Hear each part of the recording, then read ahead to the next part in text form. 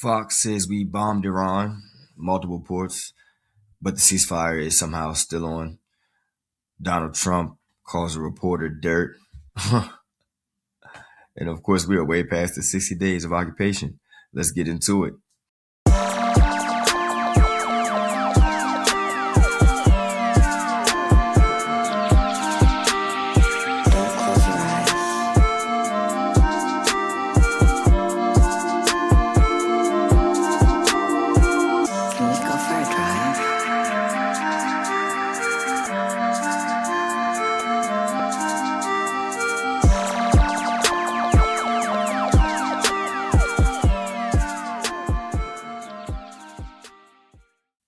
Okay, so first, Donald Trump pretty much tells a reporter, what does he say? He says, "You know dirt better than I do. So I'm telling you, I don't like dirt," or something crazy like that. Something extremely wild. Then he proceeds to say a bunch of wild stuff. So that's crazy. I'll look at the news and the reporter is saying, "Hey, we bombed Iran." It was Fox reporting it. "We bombed Iran. We bombed multiple ports, but the ceasefire is still on and Iran is still reviewing our terms." As soon as I was about to cut this mic on, I looked down at YouTube and we disabled a tanker, an oil tanker, and boarded, apparently.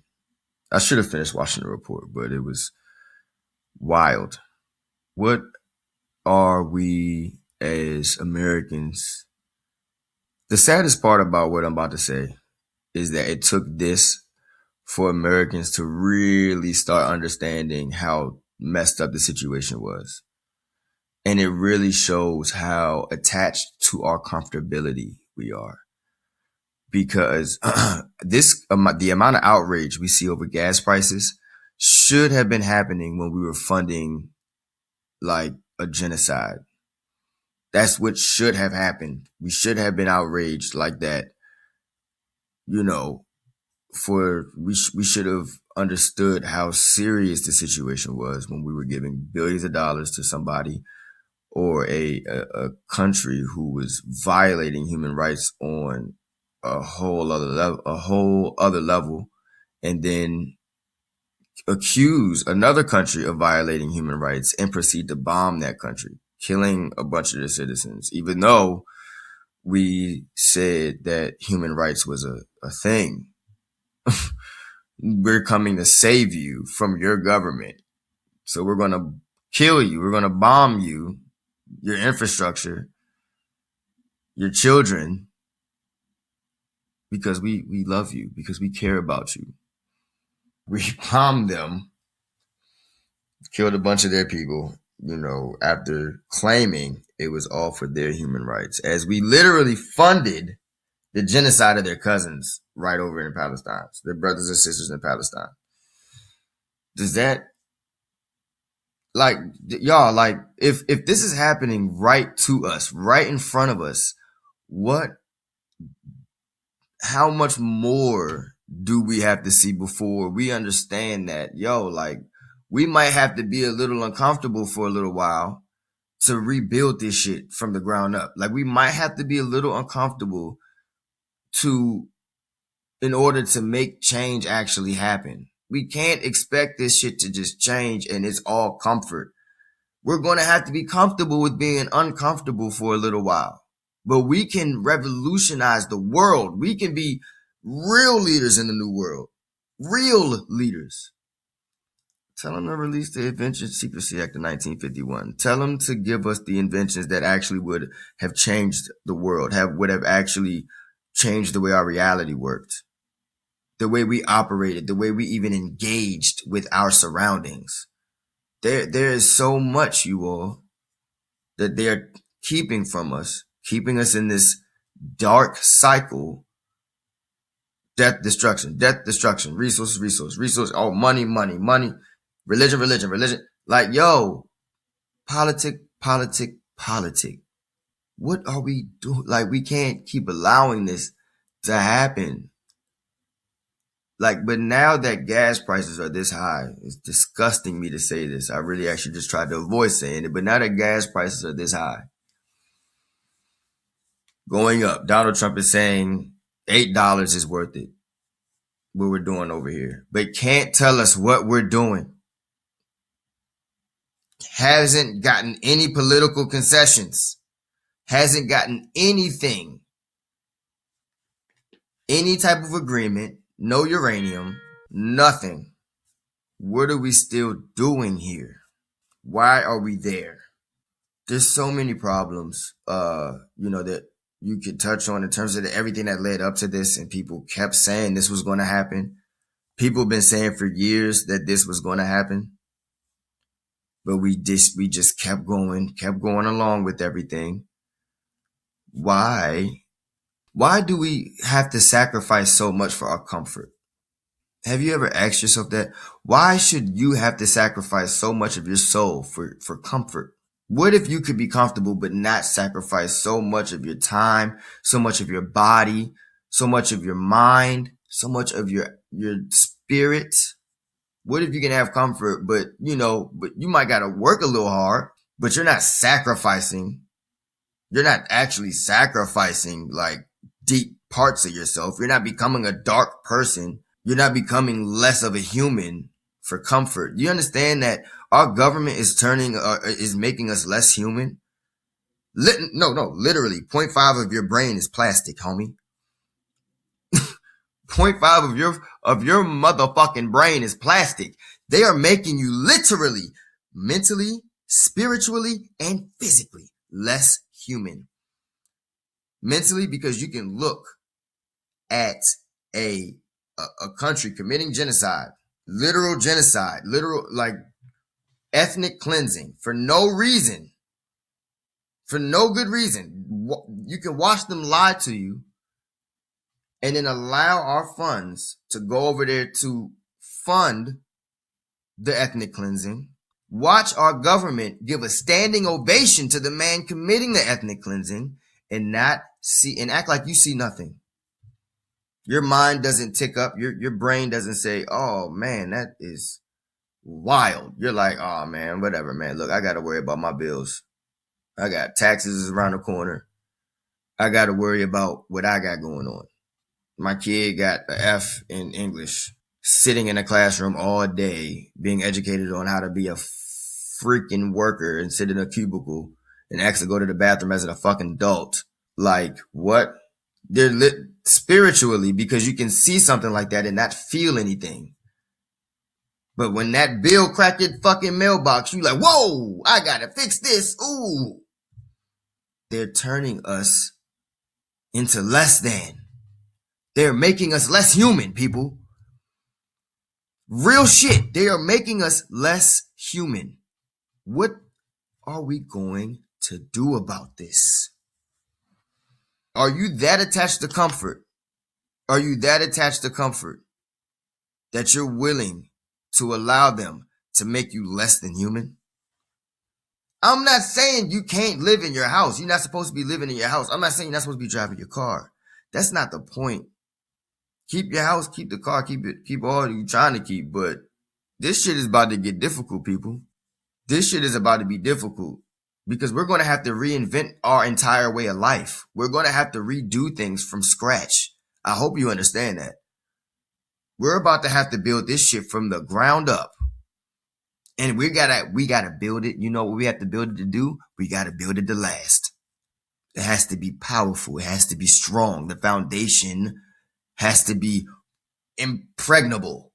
Impregnable. It's no way that this bitch is cracking. It moves with the earth. It doesn't try to work against the earth. It doesn't blow away with the wind. The wind literally blows around it. It works with it. We're going to have to rework the way we are living. And that's going to be uncomfortable. That don't mean you can't have your house and your car. You know what I'm saying? But hey, look, if let's say, okay, for example, let's say we just stop using gas because now our engines can take water now, or plastic. Actually, the plastic, your car can actually run on it. So let's say that. Bam! let's say your car can run on plastic. Let's say they know how to turn plastic into plastoline, into gasoline, plastoline. The guy calls it plastoline. Let's say somebody has invented that. Let's say, okay, we have oceans and we have so much plastic, right? Our engines can already eat that.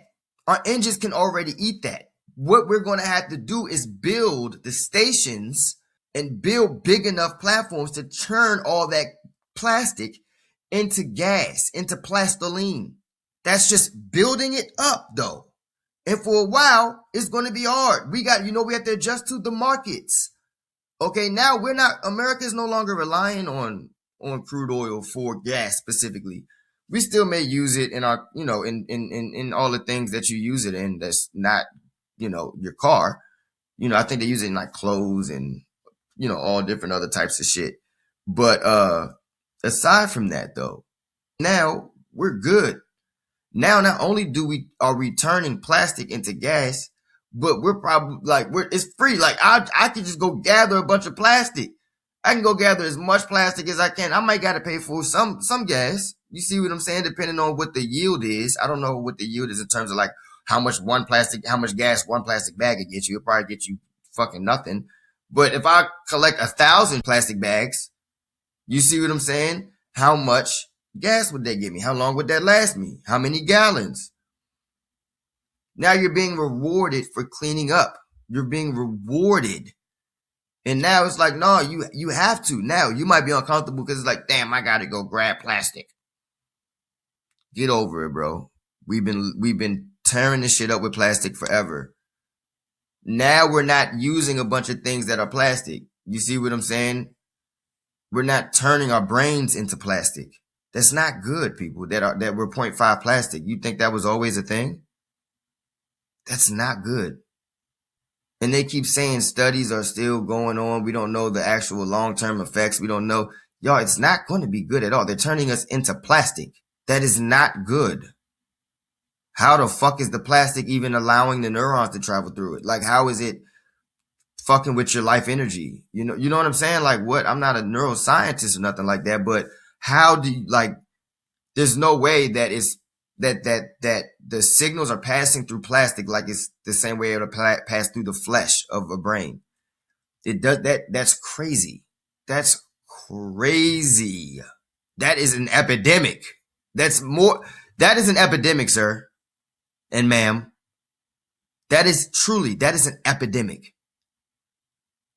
I'm getting rid of all my plastic shit. I can't do it no more. I'm going to finish my Keurig cups, and that's it. I'm boiling my coffee. I'm trying to get away. I already stopped drinking plastic water bottles. I'm doing any water bottle I got, I'm going to buy it, going to be metal.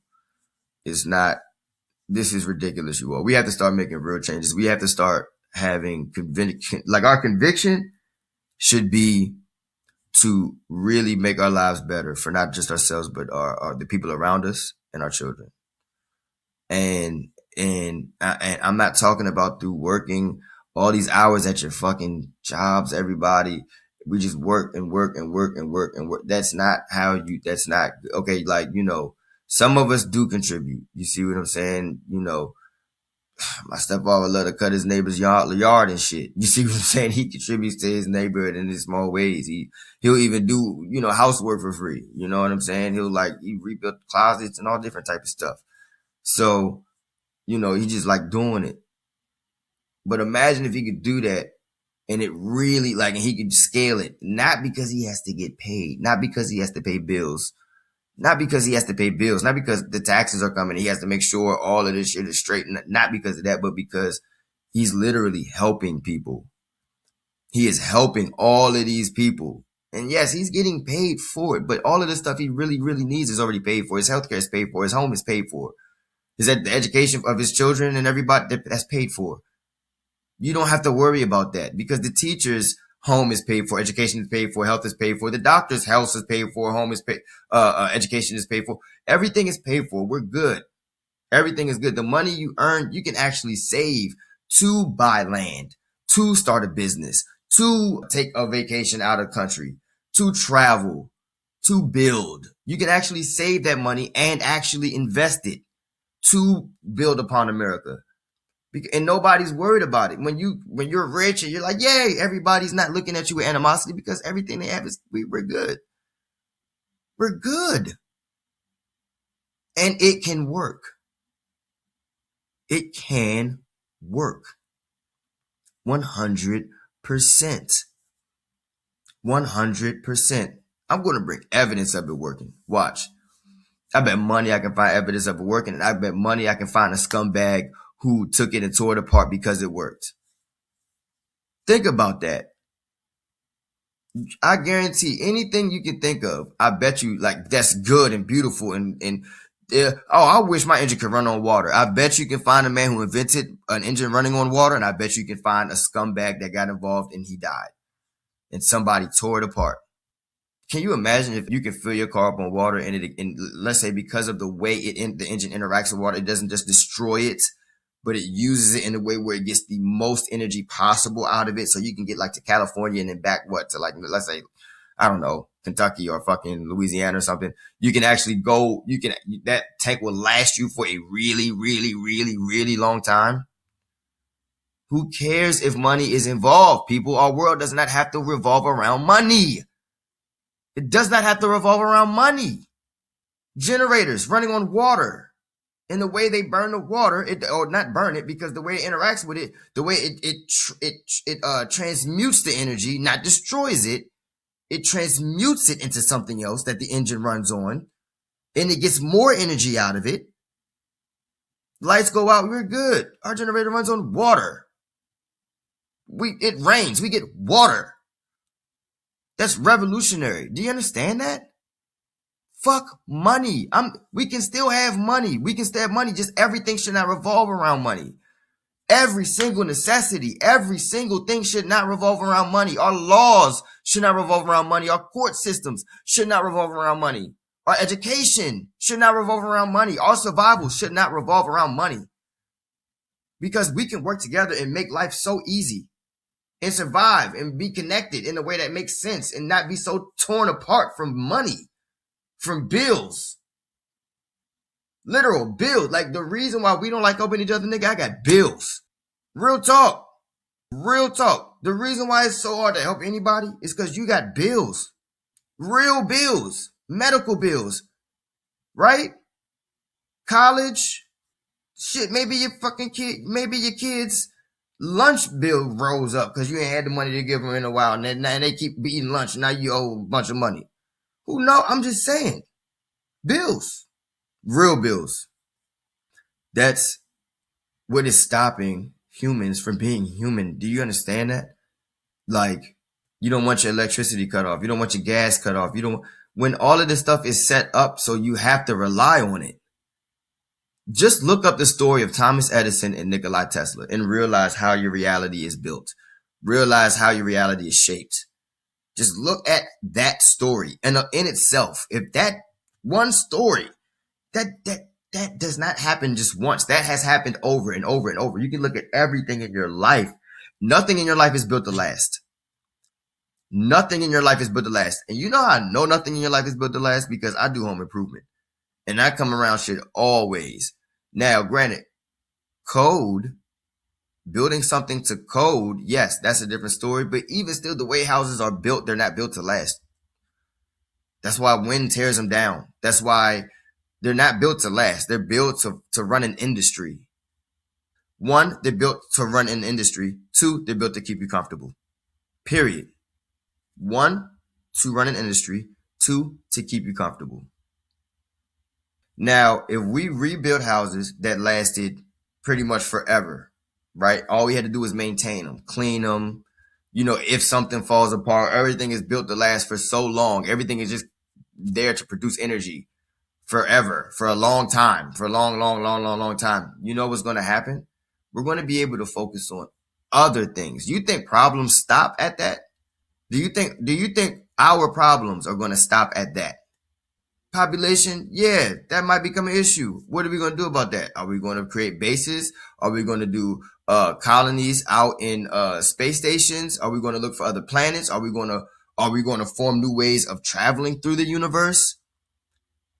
Are we going to go in the planet? Are we going to maybe explore our oceans? Maybe have our civilizations underwater in the planet? There's so many things we can do to move forward. And maybe that's a bit much for you all. Because we do have to start here, right now. And right now, we are being played with. To bring it full circle, that man got on that television and said, we bombed Iranian ports. But this is still a ceasefire. Does that make sense to anybody?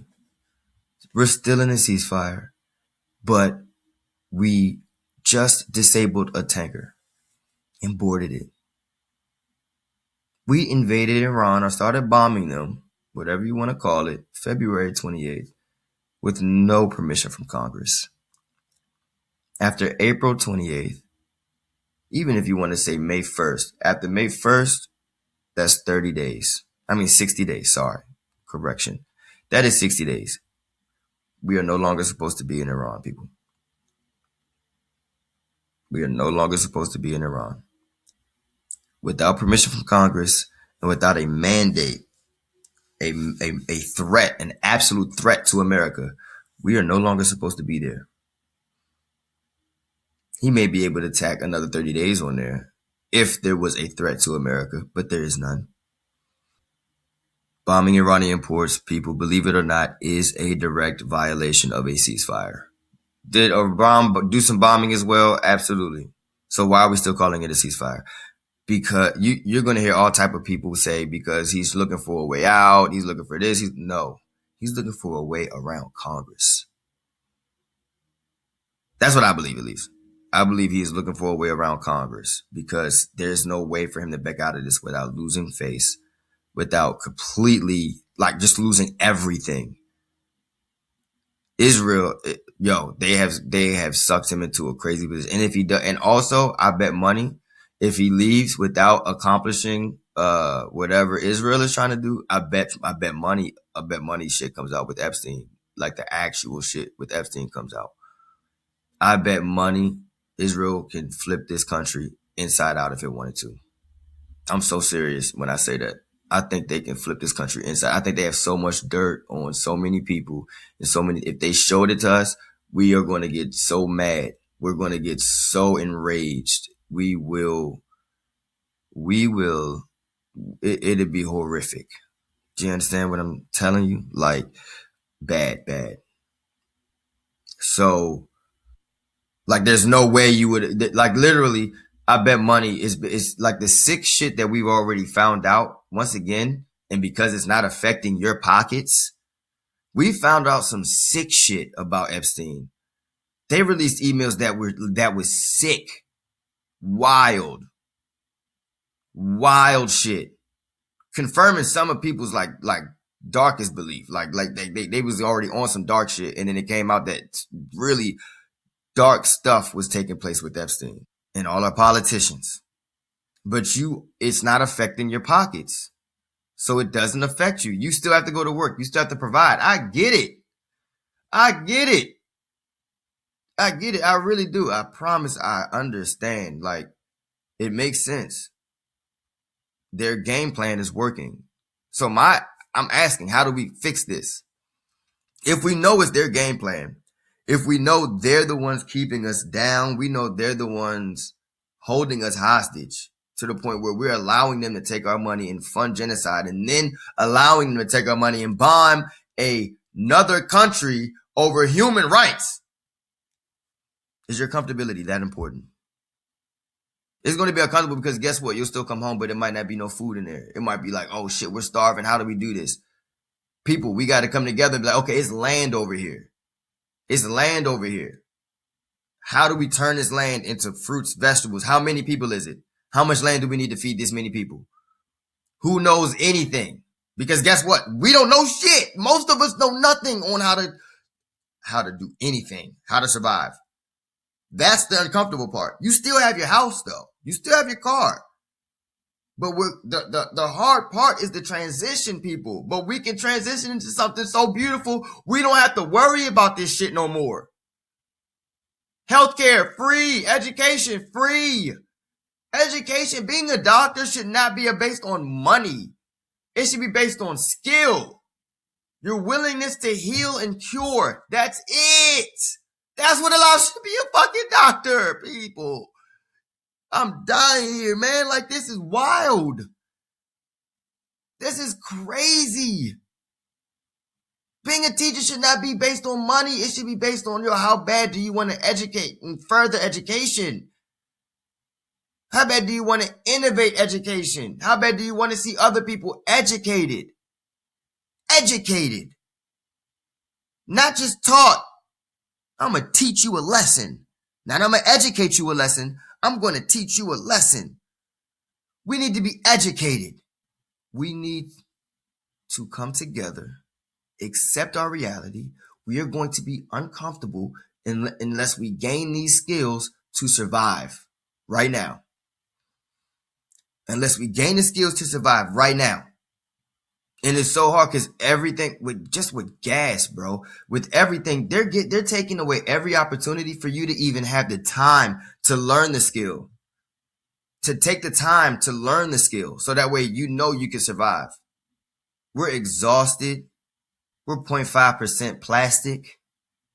Not 0.05 people, 0.5. We're almost 1%. We are halfway. We are halfway to being 1% plastic.